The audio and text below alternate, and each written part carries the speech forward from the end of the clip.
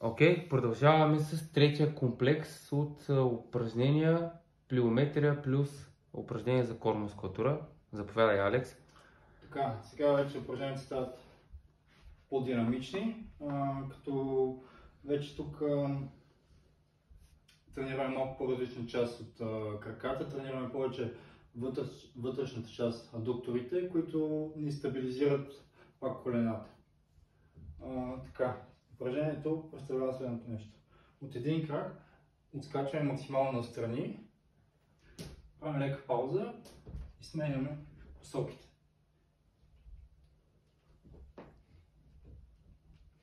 Тук целта ни е пак да стабилизираме, да нямаме излишни движения от коляното и да използваме също и ръцете за инерция, която ще ни помогне да отскочим по-настрани.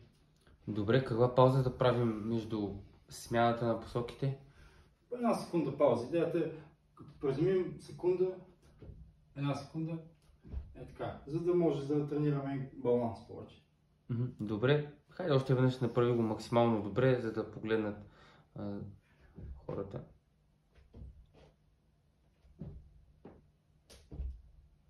Така, колко пъти го изпълняваме?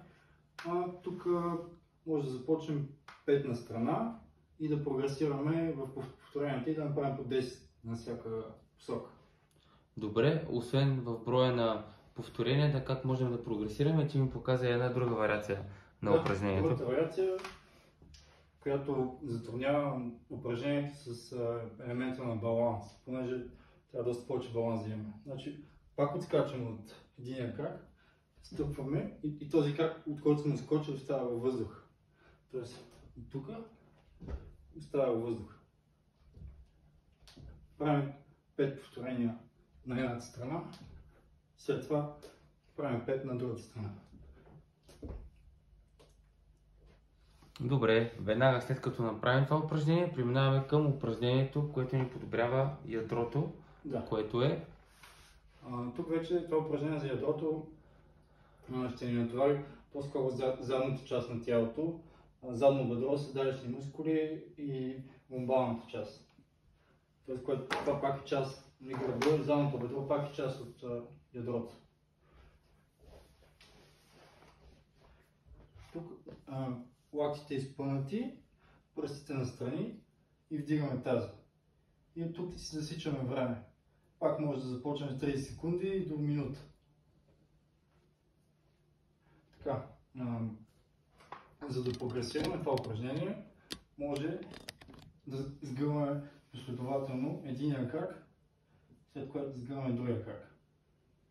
Това е единия вариант да го усложним. Другия вариант е просто от един крак да си засичаме време, пак така от 30 секунди и увеличаваме към минута. Тук идеята е таза да е максимално вдигната. Да няма и такава чупка, да вдигнете максимално. Така, като тук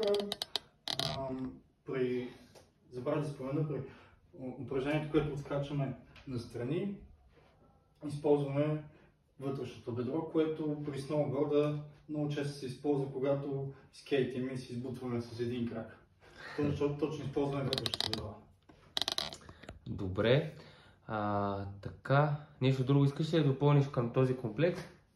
Към комплекса бих допълнил, че много често има контузии при разтежение на задното бедро и те се случват, понеже не са достатъчно здрави и силни. И точно упражнението, обратния план, който показах, заздравява задното бедро. Добре, значи тази комбинация от две упражнения ги правим с почивка между тях, пак колко? 30-60 секунди? Да, пак 30-60 и пак може да прогресираме с почивката, като постепенно я намаляваме. Ако преди това сме усъвършенствали самите движения, т.е. ако ги правим с максимална стабилност и без излишни движения. Добре, благодаря ти.